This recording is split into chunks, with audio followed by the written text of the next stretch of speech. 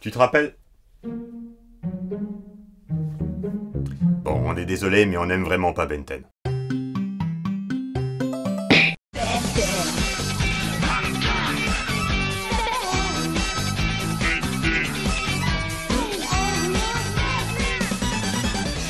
Vous commencez à me connaître, vous savez que je débute souvent mes vidéos en solo par une introduction un peu générale. Cette fois-ci, mon propos sera de vous dire que Chucky et moi, nous ne cherchons vraiment pas à être iconoclastes. Certes, il commence à y avoir pas mal de séries que la plupart des gens semblent adorer et qui ne nous plaisent pas du tout, je pense notamment à Young Justice ou à Gravity Falls, on pourrait citer Le Roi Lion en film, et il y a également des dessins animés que tout le monde a l'air de détester, mais qui nous ont beaucoup plu. Sonic le Rebelle est l'exemple qui me vient à l'esprit, mais en long métrage on pourrait citer Les 4 dinosaures et le cirque magique. Mais il y a surtout un tas de séries pour lesquelles nous nous joignons à la majorité, pour les adorer comme Batman, Gargoyles, Avatar le dernier maître de l'air ou My Little Pony, Les Amis c'est magique et Steven Universe pour prendre des exemples plus récents, ou pour les détester comme, disons, les Kangoo Junior. Je vous propose donc ce schéma réalisé de mes blanches mains, qui j'espère vous convaincra que, lorsque nous ne sommes pas d'accord avec vous, ce n'est vraiment pas par esprit de contradiction. Inversement, ce schéma nous convainc qu'une grosse partie des jugements que l'on peut porter sur les œuvres est influencée par nos goûts. Et nous estimons que les goûts et les couleurs, même si ça se discute, c'est pas un sujet sur lequel on peut se payer le luxe d'être catégorique. Ainsi, même si Gravity Falls est une série que nous avons en horreur, je n'aurais jamais l'idée d'en faire un ces dessins animés-là qui ne méritent pas qu'on s'en souvienne, car les raisons pour lesquelles nous l'avons en horreur sont insuffisantes pour dire que la série est mauvaise à proprement parler. J'en profite pour répondre à ceux, de plus en plus nombreux, qui réagissent négativement au titre de nos vidéos en solo. Notre émission s'intitule « Ces dessins animés-là qui méritent qu'on s'en souvienne ».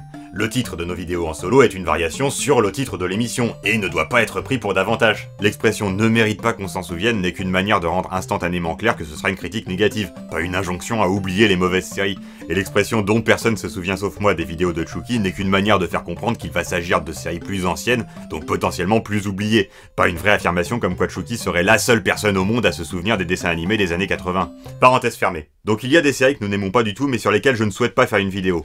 Vu de loin, Ben 10 semblerait faire partie de cette catégorie, mais...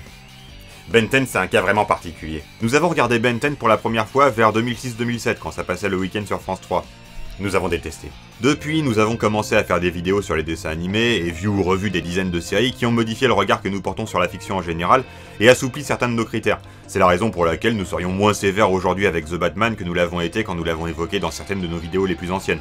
Car en 2016, nous avons redonné une chance à The Batman et découvert qu'elle était finalement moins inégale et plus originale que ce qu'il nous semblait d'après nos souvenirs du temps où nous étions moins attentifs. Nous avons voulu donner la même seconde chance à Ben 10 et... Non, décidément, Ben 10 c'est toujours aussi nul. Si je devais comparer Ben 10 à l'une des autres séries que j'ai traitées au fil de ces dernières années dans mes vidéos en solo, je dirais que c'est de Digimon Frontier qu'elle se rapproche le plus.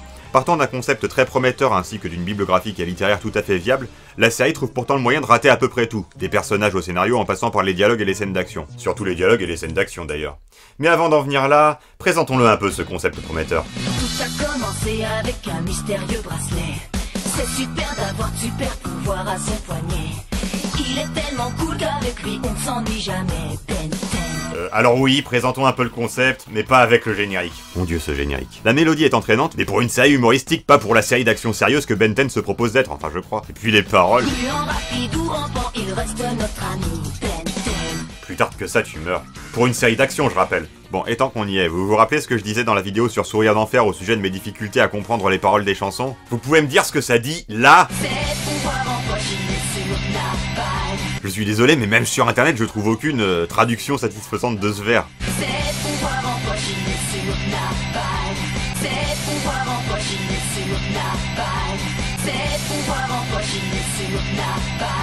Mais enfin, ça n'a aucun sens. J'imagine que c'est « il assure pas mal », mais c'est tellement pas prononcé comme ça. Notez que la suite est plus compréhensible, mais gare mieux. Pour nous, il se bat bien contre le mal.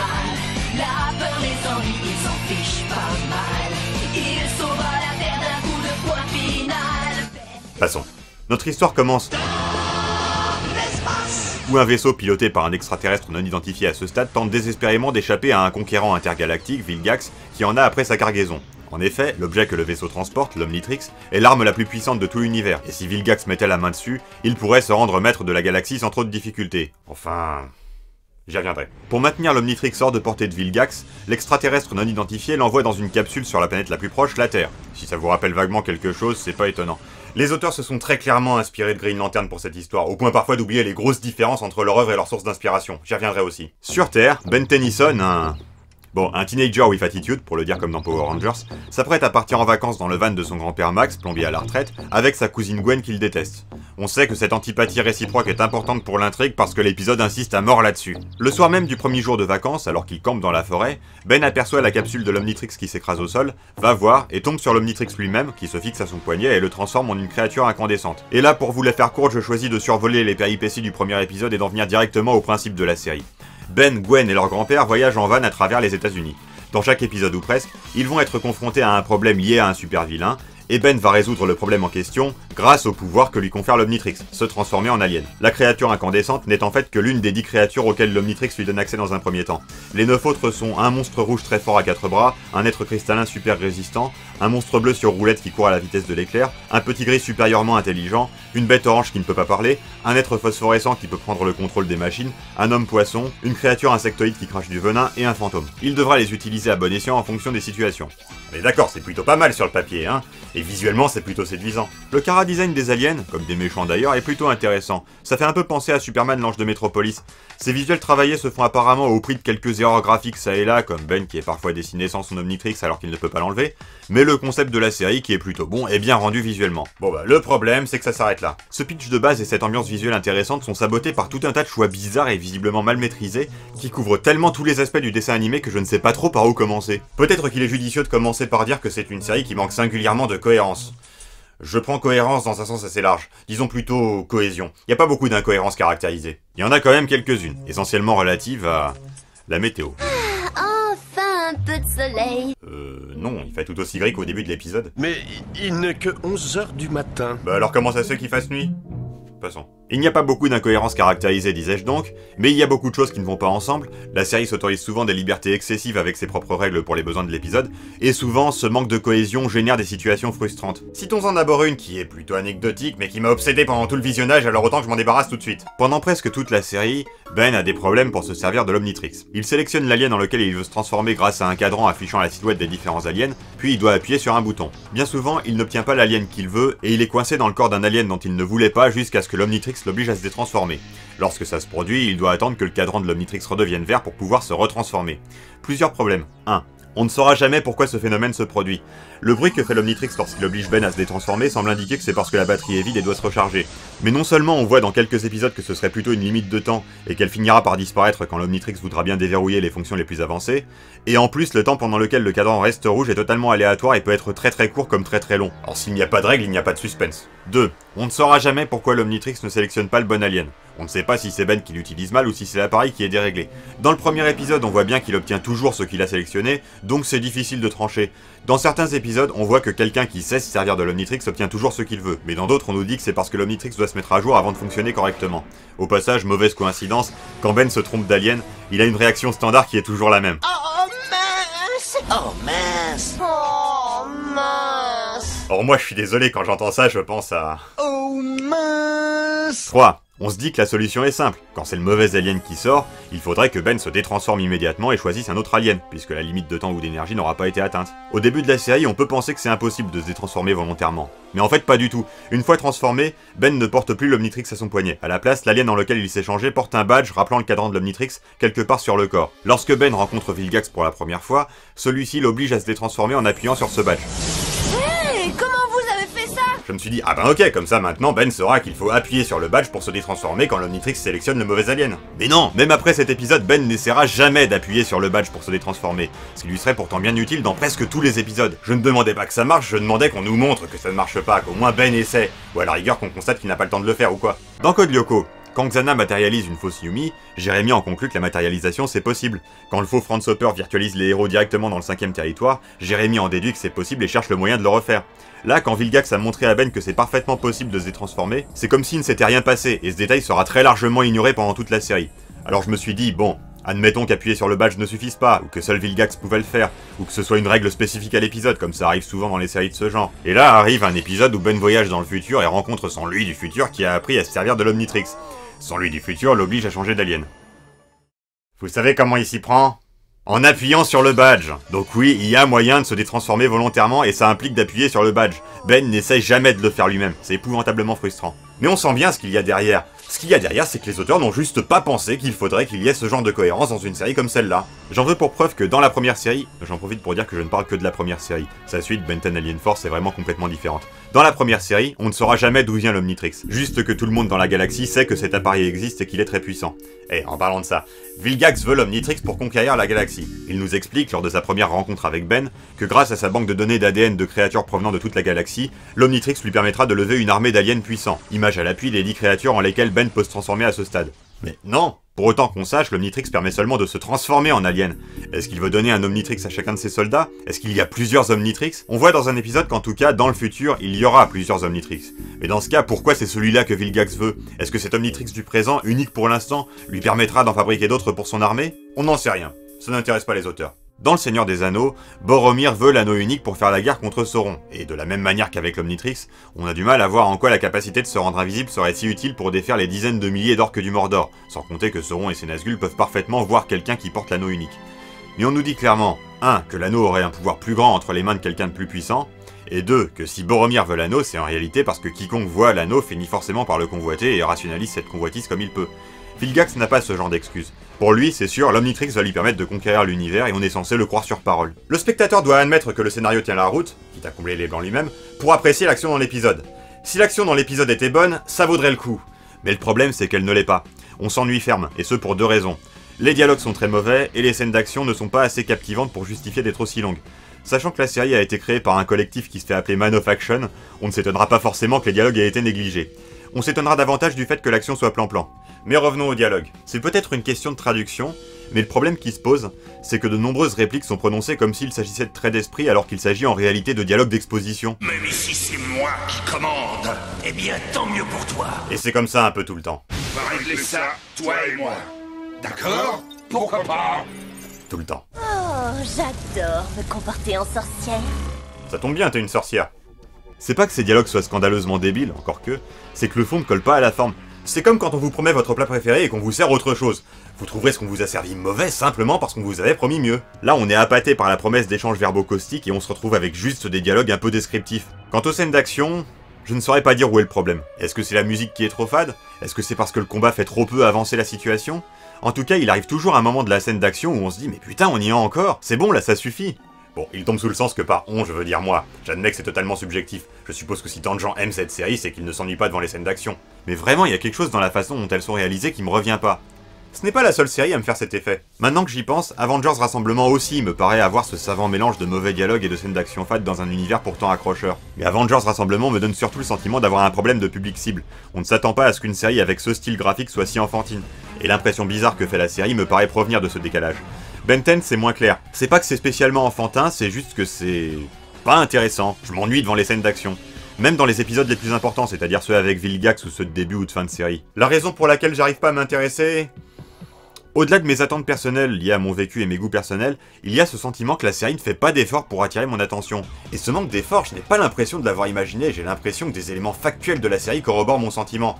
Je vais vous détailler en quoi. Déjà, il y a un problème fondamental avec la construction de cette série, qui est là encore le résultat de gros impensés au niveau des détails. Vous avez compris que la série est conçue comme une série de super-héros. Les auteurs ne s'en cachent pas, la narration fait parfois semblant que la série est adaptée d'un comic, et Ben qualifie ces 10 aliens de super-héros. Tu as le choix entre 10 super-héros et tu prends celui qui met le feu aux poudres. Le problème, c'est qu'il y a quelque chose là-dedans qui ne tient pas la route. A priori, on est dans un monde qui ne connaît pas le surnaturel. Or, à partir du moment où Ben trouve l'Omnitrix, chaque fois que lui et sa bande arrivent quelque part, un problème surnaturel se pose, et la plupart du temps, ça n'a aucun rapport avec le fait que Ben a trouvé l'Omnitrix. Dans les premiers épisodes, on se dit que la série part déjà dans tous les sens, à faire intervenir des méchants du jour qui n'ont souvent rien à voir avec les aliens.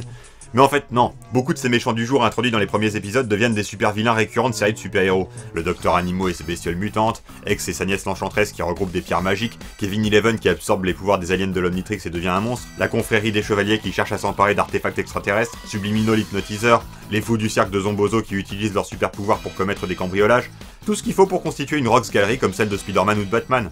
Mais il y a 2 soucis. C'est le plus souvent par pur hasard que ces oiseaux deviennent les ennemis de Ben. Leur existence, ou du moins le caractère surnaturel de leur capacité, n'était pas connu du public avant que le van du grand-père n'arrive là où ils sévissent, et il n'y a souvent pas vraiment de raison pour que les choses se goupillent comme elles se goupillent. Dans la série animée Spider-Man, j'appréciais qu'on donne une origine commune au pouvoir de Spider-Man, du lézard, du scorpion et de Morbus. Ça justifiait que les super-vilains et les super-héros apparaissent un peu tous en même temps. Rien de tel dans Ben 10. Ok, j'exagère. Par le grand-père est un plombier à la retraite, Il faut comprendre qu'il appartenait à une organisation secrète appelée les Plombiers qui régulait l'activité extraterrestre sur Terre façon Men in Black et a été démantelée lorsque cette activité s'est raréfiée. Ce n'est donc peut-être pas un hasard si les destinations que le grand-père choisit sont le foyer de phénomènes surnaturels. Mais d'une part, dans la première série, les créatures surnaturelles n'étaient souvent pas d'origine extraterrestre, et d'autre part ça ne change rien au fait que Max, Ben et Gwen auraient évidemment été victimes des crimes surnaturels commis dans ces zones, même si Ben n'avait pas trouvé l'Omnitrix. Cette évidence attire l'attention sur le fait que la série se livre à un mélange des genres un peu hasardeux qu'elle n'essaye absolument pas de justifier. C'est la série suivante, Ben 10 Alien Force, qui essaye avec plus ou moins de succès et de bon goût d'y mettre un peu d'ordre. La première série balance juste tout ça sans complexe et sans réfléchir. L'autre problème justement, c'est que avec ses super vilains comme avec tout le reste, la série est trop évasive. X a des pouvoirs magiques parce que c'est comme ça. Les fous du cirque ont des super pouvoirs et Baramine a une tête de pouce parce que c'est comme ça. Cette désinvolture atteint son paroxysme dans un épisode où Ben décide de faire du catch pour gagner de l'argent afin de racheter un PC à sa cousine, et où il est confronté à ces deux gars, qui sont respectivement un homme alligator et un homme porc-épic, parce que c'est comme ça. Leur mère est humaine. Ouais, mais tout le monde dit qu'on ressemble à papa. Mais paradoxalement, c'est pour la confrérie des chevaliers que cette désinvolture nuit le plus à l'investissement émotionnel du spectateur. Parmi les méchants récurrents, il y a cette secte de voleurs de technologie extraterrestre qui se fait appeler la confrérie des chevaliers parce que... Bon, vous voyez l'idée. Leur chef se fait appeler Enoch. Finalement, c'est même pas vraiment leur chef c'est lui. Et Enoch... Ben, on saura jamais comment il est sans son masque. Les autres non plus d'ailleurs. Certes, dans Superman l'Ange de Métropolis, on ne sait pas non plus de quoi Toyman a l'air sans son masque. Mais on sait qui il est. Enoch, on n'en sait rien, tout le monde s'en fiche complètement. C'est comme si c'était une coquille vide. Il est plus comparable au Shocker dans Spider-Man. Et effectivement, tout le monde s'en fout du Shocker dans Spider-Man. Pour autant que le spectateur sache, Enoch est une coquille vide. C'est donc difficile de s'intéresser à lui, vu que même les auteurs ne s'intéressent pas à lui. Alors pourquoi on en aurait quoi que ce soit à faire de ce qui se passe dans les épisodes avec la confrérie des chevaliers ? En fait, j'ai eu tort de parler de cohérence tout à l'heure. La vérité, c'est que les auteurs n'ont rien approfondi dans cette série. L'univers est riche au sens où il y a beaucoup de choses dedans, mais aucune de ces choses n'a une quelconque profondeur malgré le fait que la plupart soient récurrentes. Et ça, c'est problématique. Je vais prendre un exemple. Dans cet épisode, un plombier se marie avec une extraterrestre. Le grand-père est invité parce qu'il est un ancien plombier très respecté, et du coup Ben est présent au mariage. La famille de la mariée tente de saboter le mariage, ce sont donc les méchants de l'épisode. Au terme de la scène d'action à la fin, Ben tue les parents de la mariée. Ça se fait dans les dessins animés pour enfants, du moment que les monstres n'ont pas l'air trop humains. Réaction de l'intéressé. Peut-être un peu gros pour un gâteau de mariage. Ouah, j'ai vraiment besoin de dire quel est le problème avec cette réaction ? Typiquement, on est censé se dire, bah oui, elle est contente, elle va pouvoir se marier, les méchants ont été mis hors d'état. Sauf que le sous-texte de cette scène, qui est présent à l'esprit de tous les spectateurs, et je dis sous-texte uniquement parce que l'information n'est pas au premier plan dans cette scène précise, c'est que ces deux tas de débris, c'était ses parents. Comment elle peut réagir de façon aussi désinvolte à la mort de ses parents ? Car pour autant que le spectateur sache, ils sont morts. La mise en scène ne fait rien pour suggérer le contraire. Non, si les dialoguistes ont écrit ça, c'est parce que les personnages de cette série sont écrits de façon tellement superficielle que le fait que les méchants étaient les parents de la mariée n'a aucun poids émotionnel dans l'intrigue. Mais c'est l'intention qui compte. Cette remarque sur les personnages vaut aussi pour le trio principal. Ah, le trio principal.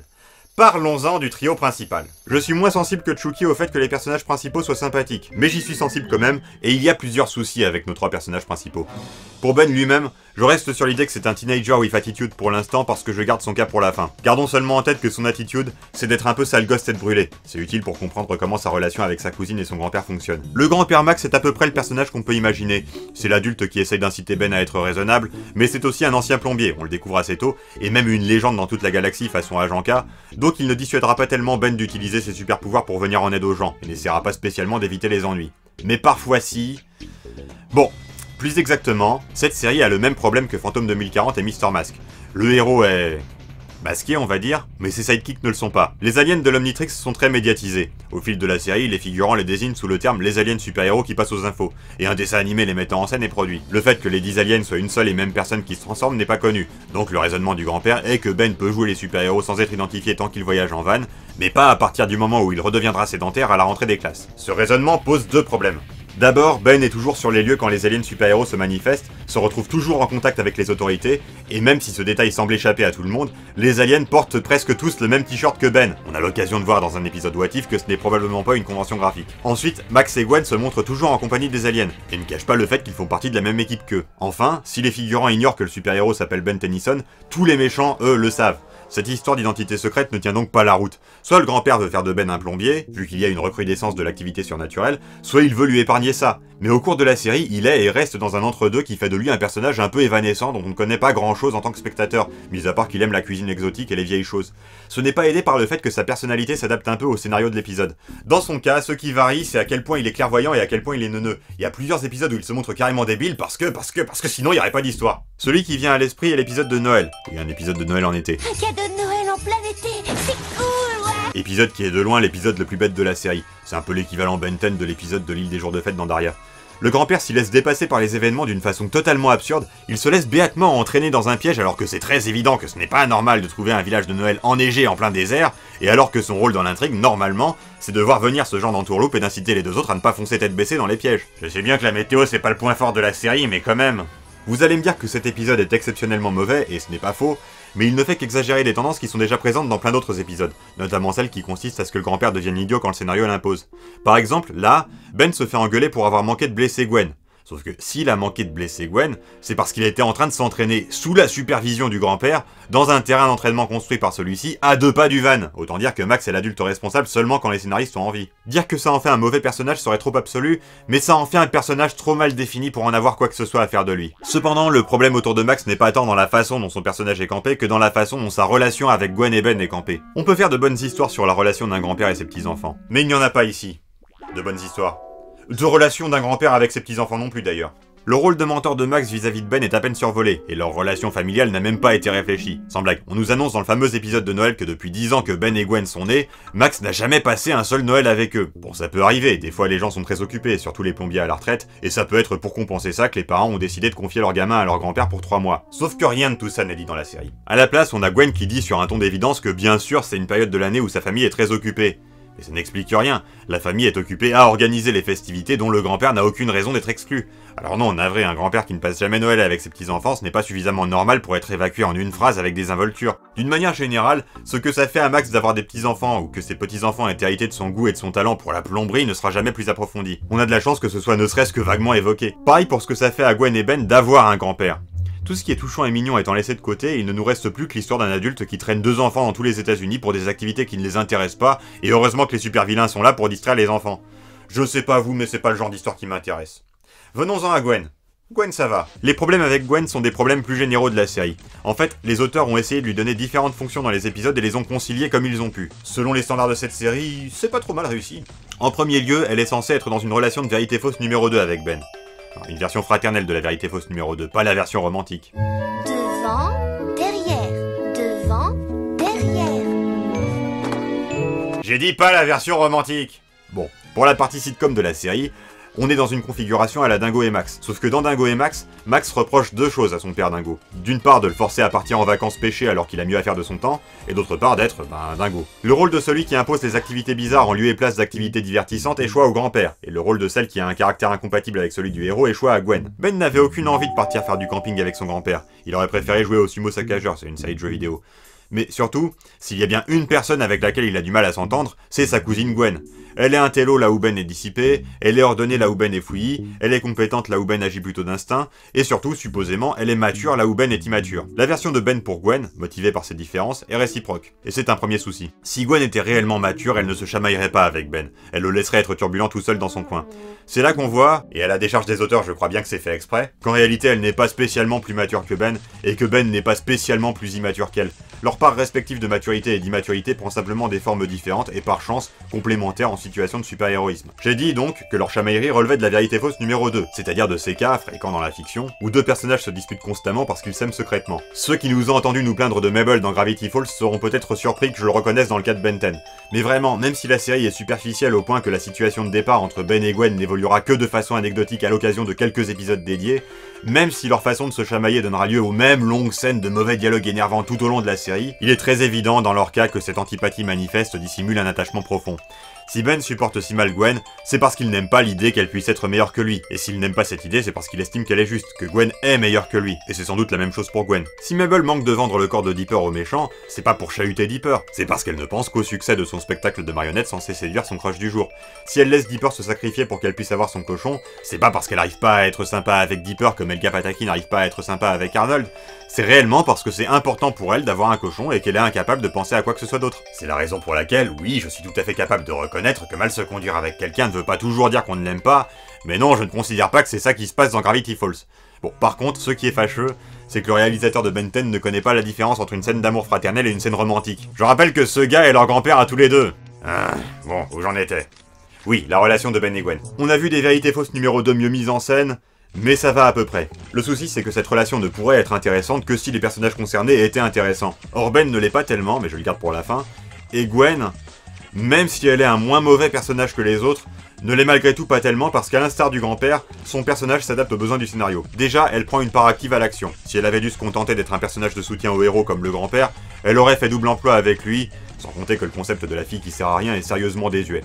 Alors on a décrété que, quoi qu'intello, elle était aussi championne d'arts martiaux, et ça justifie qu'elle contribue aux scènes d'action, ce qui a également l'avantage de permettre qu'il y ait toujours un humain dans la scène. Mais l'idée qu'on puisse être efficace dans des combats de titans en étant champion de karaté, ça passe pour un épisode de la légende des super-héros, pas pour une série entière.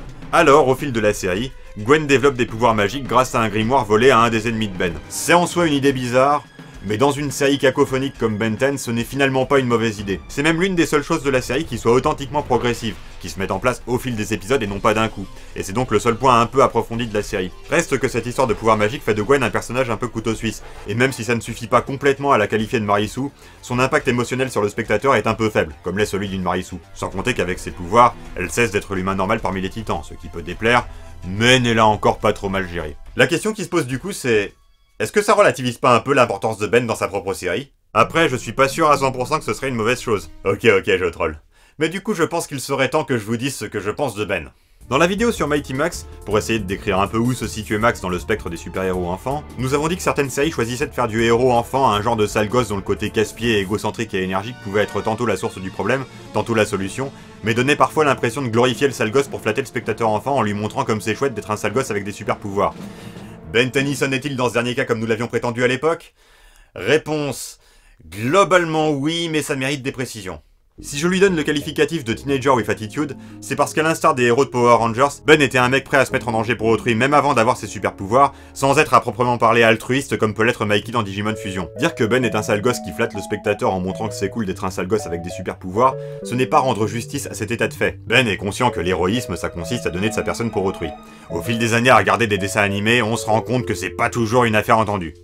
Cependant, passé cette qualité fondamentale du héros, Ben correspond à 100% à la description qu'on donnait dans Mighty Max. Il utilise ses pouvoirs pour s'amuser, gaspillant ainsi l'énergie de l'Omnitrix et se retrouvant à plat au moment où ses aliens super-héros lui seraient vraiment utiles, et considère de façon générale que son grand pouvoir est quelque chose qui lui confère des avantages dont il faut profiter, et non pas quelque chose qui implique de grandes responsabilités. Si ses pouvoirs l'incitent à jouer les super-héros, c'est pas parce qu'il a le sentiment que c'est son devoir, c'est parce que ça lui plaît de jouer les super-héros.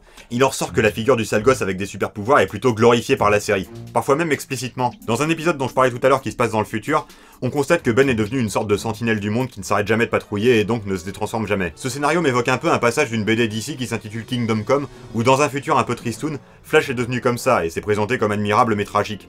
Or dans Ben 10, l'enjeu de l'épisode est que, au contact de son lui du passé, il réapprenne à penser à lui-même et à s'amuser parce que sinon, sa dévotion à son travail le rend antipathique. Ce qui est paradoxal vu que son attitude frivole et égocentrique était également campée comme antipathique dans les autres épisodes, où Ben attirait des ennuis à son entourage en utilisant ses pouvoirs à mauvais escient parce qu'il voulait les utiliser pour jouer. Le bon moyen de s'en sortir aurait été de dire que Ben doit rester casse-pied parce que c'est la condition à laquelle ses pouvoirs ne deviendront pas une malédiction qui efface peu à peu son identité, mais de façon générale, c'est pas du tout l'approche choisie par la série. C'est là que j'en viens à ce que je crois être le problème principal avec le personnage de Ben, et j'en reviens pas de me retrouver à dire des choses pareilles. Vous vous souvenez quand je disais que Flipper et Lopaka se retrouvaient à véhiculer un message anti-science en agençant les événements dans les épisodes de façon à ce que les scientifiques se montrent néfastes et incompétents, même sans être campés comme des personnages négatifs? Bah, dans Ben 10, c'est pareil. C'est pas tellement la façon dont Ben est campé qui donne l'impression que la série glorifie le sale gosse avec ses super pouvoirs, c'est la tournure que prend le scénario. Avoir des super pouvoirs ne s'oppose jamais au bonheur de Ben et y contribue souvent. Bon, c'est souvent aussi le cas pour Clark Kent qui se sert de ses pouvoirs pour être rasé de frais ou piquer les scoops de Lois Lane, mais Clark Kent compense en se préoccupant de comment il doit utiliser ses pouvoirs et comment il ne doit pas les utiliser. Pas Ben. Ben, il peut les utiliser égoïstement, à tort et à travers, et de manière irréfléchie ou sans se préoccuper de l'éthique, ça ne fait rien. Les conséquences de ses actes seront toujours agréables pour lui. Sur le long terme au moins. Il y a une blague sur Spider-Man qui est que Peter Parker est le souffre-douleur des dieux et des auteurs. Tout ce qui dans sa vie peut mal tourner parce qu'il est Spider-Man, tourne mal parce qu'il est Spider-Man. C'est essentiel pour faire vivre le message de Spider-Man qui est qu'on ne peut pas tourner le dos à ses responsabilités, et que quand on a la possibilité d'agir, on doit agir même si on n'en a pas envie et même si on irait mieux en décidant de ne plus être Spider-Man. Le traitement du Peter Parker vieillissant dans Spider-Man Into the Spider-Verse est représentatif du caractère totalement excessif de cet acharnement du destin. C'est ça le style Spider-Man, et toutes les meilleures adaptations l'ont bien compris d'ailleurs. C'est plus généralement la quintessence du style Marvel. Ben 10, ça a beau être dans un style plutôt Marvel, c'est l'extrême inverse. Ben a une vie trop cool, et même moi qui suis pas très Marvel, je trouve que c'est carrément pire. Je peux me permettre une digression? Vu que je vous entends pas protester, je suppose que oui. De la différence entre DC et Marvel. La différence entre DC et Marvel est, à l'instar de la technique des ninjas pour disparaître avant une photo, très facile à comprendre en son fort intérieur mais plutôt difficile à expliquer. J'emprunte à Linkara l'idée que les héros Marvel sont des personnages auxquels on peut s'identifier tandis que les héros DC sont plutôt des sources d'inspiration. Les intrigues Marvel visent un certain réalisme. Réalisme rimant avec cynisme dans l'esprit de la plupart des gens, les héros Marvel sont des êtres faillibles et les intrigues sont souvent centrées sur leur faillibilité. Les intrigues d'ici sont plutôt des intrigues conceptuelles, qui servent à mettre en scène des idées générales pour en tester la viabilité. La différence entre le bien et le mal, la fin et les moyens, la raison pour laquelle quand on est Batman on ne doit pas tuer ses ennemis même en légitime défense. Et donc les héros d'ici sont plus des figures idéales censées illustrer ces idées générales.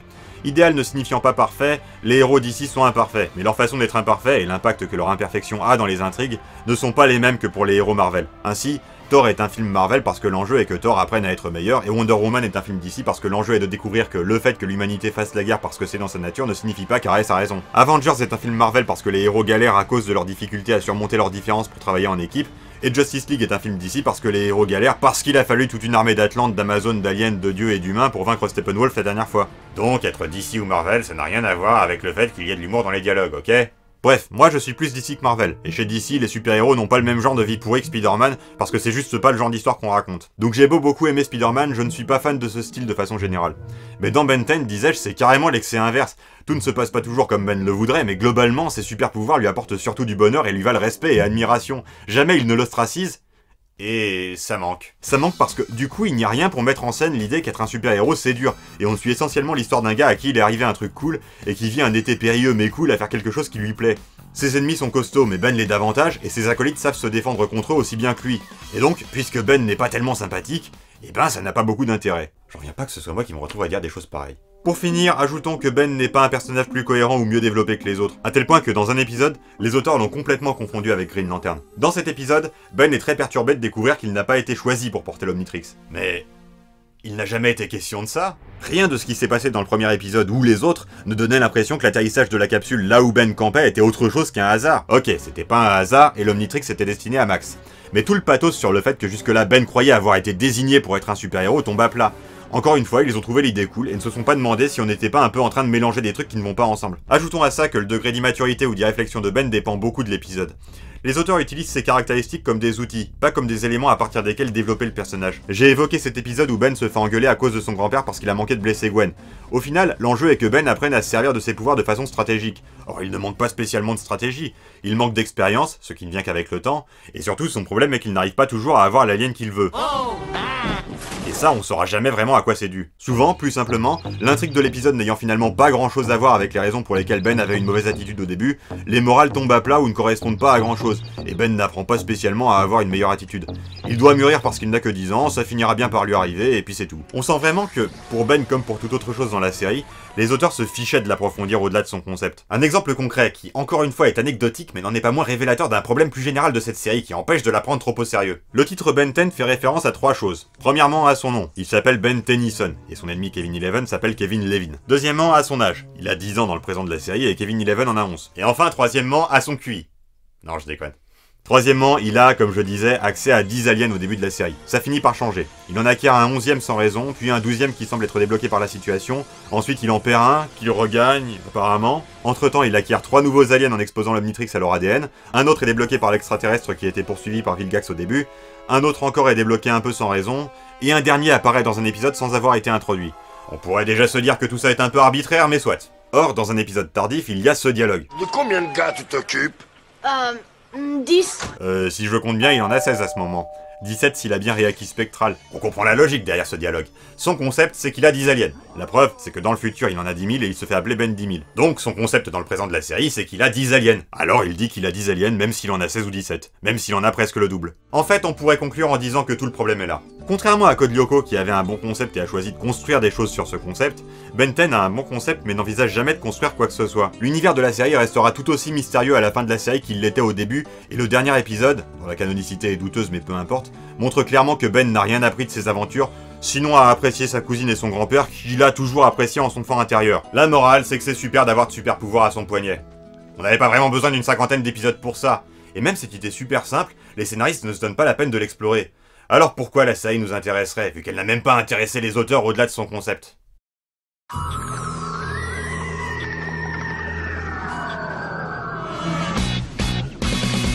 a commencé commencer avec un mystérieux bracelet. C'est super d'avoir de super pouvoirs à son poignet. Il est tellement cool qu'avec lui on ne s'ennuie jamais. Ben 10. Si un jour vous le croisez, ne soyez pas surpris. Il se transforme d'un seul coup et sans aucun souci. Gluant, rapide ou rampant, il reste notre ami. Ben 10. Ses pouvoirs empoignés sur la balle. Pour nous, il se bat bien contre le mal. La peur, les envies, il s'en fiche pas mal. Il